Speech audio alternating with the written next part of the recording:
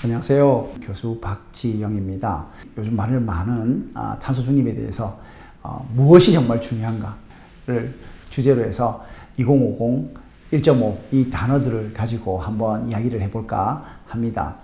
한국이 추구하는 그 미래의 주요 발전 전략 키워드는 우리가 크게 두 가지로 요약할 수 있습니다. 하나는 스마트고 또 하나는 그린입니다. 그 중에서 오늘 이 영상을 시작으로 해서 그린 뉴딜과 깊은 연관을 갖고 있는 탄소 중립 이야기에 대해서 한번 여러분들께 전달해 보려고 하고 있습니다. 요즘 그 TV를 틀면 뭐 광고에서 ESG 기업이니 친환경 기업이니 하면서 초록색 배경에 탄소 중립이라는 단어가 들어가 있는 걸 쉽게 여러분 보실 수 있죠. 근데 여러분 탄소 중립이 무엇인지 정확하게 아세요?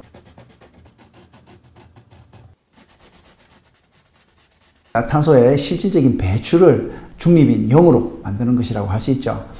현재는 탄소가 상당 부분 그 이산화탄소를 통해서 배출되고 있거든요. 그래서 이산화탄소 중심의 탄소 배출을 줄이는 것을 혹은 그대로 다시 흡수하는 그런 대책을 만들어서 이를 실질적으로 0으로 만드는 것을 탄소 중립이라고 합니다. 그래서 어떤 기업이 100만큼의 이산화탄소를 배출했다 그러면 다시 100만큼의 이산화탄소를 통제해서 결과적으로 0으로 만드는 것이라고 할 수 있습니다. 가장 쉬운 건 뭘까요? 이산화탄소를 못 만들어내게 하는 거겠죠. 감축을 해버리면 되는데 그러면 기업이 일을 못하지 않습니까? 그러니까 문제가 생기는 거죠. 그래서 이와 관련되어 있는 다양한 이슈들이 좀 있습니다.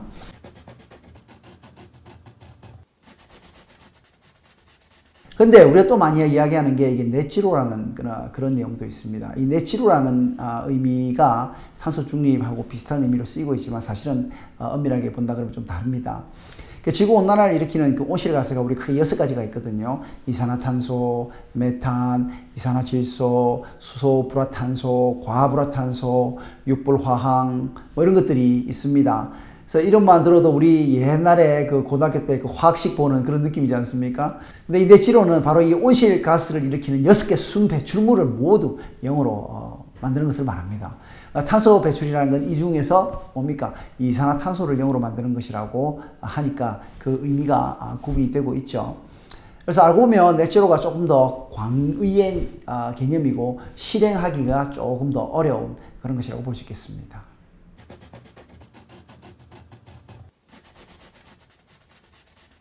자, 그럼 여러분들 궁금하신 게 탄소 중립은 언제 어떻게 나왔나? 그런 거 아닙니까? 이 탄소 중립이라는 말은 바로 우리 50년 정도의 환경 분야, 환경 경제학 뭐 이런 쪽에서 이제 거두이신 그 윌리엄 노더스라는 그 예일대 교수님이 계신데요. 이분이 2018년도에 노벨 경제학상을 받으셨고 지금도 활발하게 연구하고 계십니다. 근데 이분이 1975년도에 온실가스 배출량을 줄이지 않게 된다 그러면 지구 온도가 산업화 대비 2.4도에서 4.4도 정도 상승하게 될 거다. 그러니 조심해야 된다. 라고 경고를 했었습니다. 근데 그때는 사실 뭐 그럴까? 뭐 이런 거였거든요. 그런데 22년이 지나고 1997년에 그 일본에서 교토 의정서라는 걸 합의했는데 온실가스 배출을 줄이기 위한 기후변화 협약이죠. 이 당시에는 그 논의가 진전되나 싶었지만 이마저도 2001년도에 미국이 탈퇴하면서 힘이 빠지게 됩니다. 당연히 환경 문제는 계속 이슈가 되어 왔던 거죠. 그래서 2015년도에 이대로는 안 되겠다. 이렇게 해서 파리에서 파리 기후변화 협약이 진행이 됩니다. 이전에는 교토 협약 의정서가 선진국 대상이었다고 하면 이번에 있었던 2015년도에 있었던 파리 기후변화 협약은 개발도상국까지도 포함해가지고 포괄적으로 이 온실가스 배출량을 줄이자는 그런 논의를 하게 됩니다. 그 이후로 이제 그 파리 협정이 시작되는 원년이 2021년이었고요.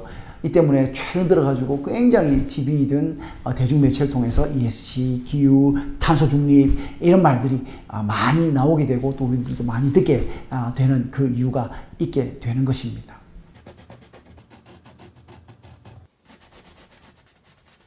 그래서 일단 먼저 말씀을 드리면 기후학자들은 온도가 2도씩 상승하는 것을 티핑 포인트, 다시 말해서 불가역적인 온도로 보고 있습니다. 스프링도 어느 정도 일정 부분 지나게 되면 원래 모형으로 돌아가지 않잖아요. 그래서 그때는 너무 늦게 되고 이런 것들이 2007년에 IPCC 4차 평가 보고서, 그러니까 정부 간 기후 위기에 대한 기후 변화에 대한 협약인데요. 이러한 4차 평가 보고서 Assessment Report라고 합니다. 평가 보고서 AR4라고 하죠. 이때 이런 것들이 5년에서 7년 정도 한 번씩 발간이 되고 최근 거는 그래서 평가 보고서가 6차입니다. 그래서 AR6라고 하는데요. 이런 평가 보고서에 따르면 기온 상승에 따른 다양한 시나리오가 나옵니다. 우리가 그걸 갖다가 뭐라 그러냐면 대표 농도 경로라고 합니다. 그걸 갖다가 Representative Concentration Pathway라고 그러는데요. RCP 시나리오라고 하거든요. 이제 그런 다양한 시나리오가 있고 그 시나리오에 따라 가지고 나중에 말씀을 드릴게요. 그 생물이 20-30%가 멸종될 수도 있고 점점 더 심해지는 RCP 8.5에 따르게 되면 인구의 절반이 생물의 절반이 없어질 수도 있고 그다음에 인류의 20-30억 명이 물 부족에 시달릴 거라고도 말을 하고 그렇습니다. 이런 시나리오에 따라 가지고 다양한 문제 발생 가능성이 있게 되고 이에 따른 대비책이 필요한 거죠. 그래서 그 불가역적인 온도를 2도로 보고 있고 이 티핑 포인트에 따라 가지고 우리가 어떻게 생활해야 될 거냐인데 여러분 그러면 우리가 1.9도로 맞춰야 될까요? 1.99도로 맞춰야 될까요? 그건 아니잖아요. 그죠? 그래서 그 데드라인을 맞추기 어렵기 때문에 그렇다 그러면 0.5도 정도만 낮추더라도 해수면 높이는 10cm가 낮아지게 되고 생태계 위험성도 절반으로 줄고 여름철에 해빙이 되어가 녹아서 사라질 확률도 10년에 한 번 일어날 게 100년에 한 번 일어나게 된다는 등 굉장히 환경적으로 좋은 효과가 나타나게 된다라고 기후학자들이 이야기를 했습니다. 그래서 티핑 포인트에 다다르기 전인 1.5도를 우리가 크라이테리어를 딱 잡게 된 거라고 생각하시면 됩니다.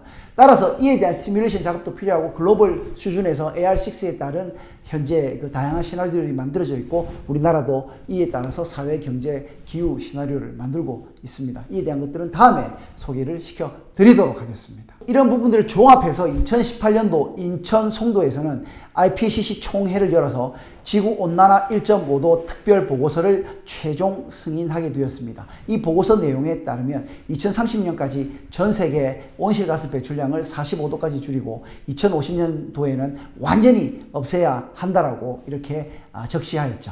그래서 탄소 중립이나 기후, 환경, 자연 보호 등의 단어가 등장하게 되면 여러분들은 두 가지가 키워드다.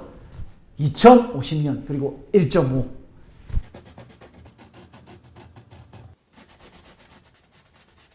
기후변화는 정말 무섭고 빠르게 진행되고 있습니다. 심지어는 2040년도에 1.52도까지 간다라고 전망을 하고 있습니다. 이미 10년이 단축이 된 거죠. 그래서 우리가 이 2050년도까지 1.5도를 유지하기 위한 무수한 노력이 필요합니다. 뭐가 중요합니까? 실천하는 용기가 중요합니다. 바로 지금 행동해야 할 때입니다. 여러분 오늘 어떠셨나요? 이해가 조금 되셨나요? 오늘 첫 시간을 기준으로 해가지고 앞으로 탄소 중립 그리고 그 기한 이런 것들이 어떻게 진행되는지 알아봤는데요. 다음에는 조금 더 알차고 재미있는 내용으로 여러분들과 함께 이야기를 계속 진행할 수 있도록 하겠습니다. 대단히 감사합니다.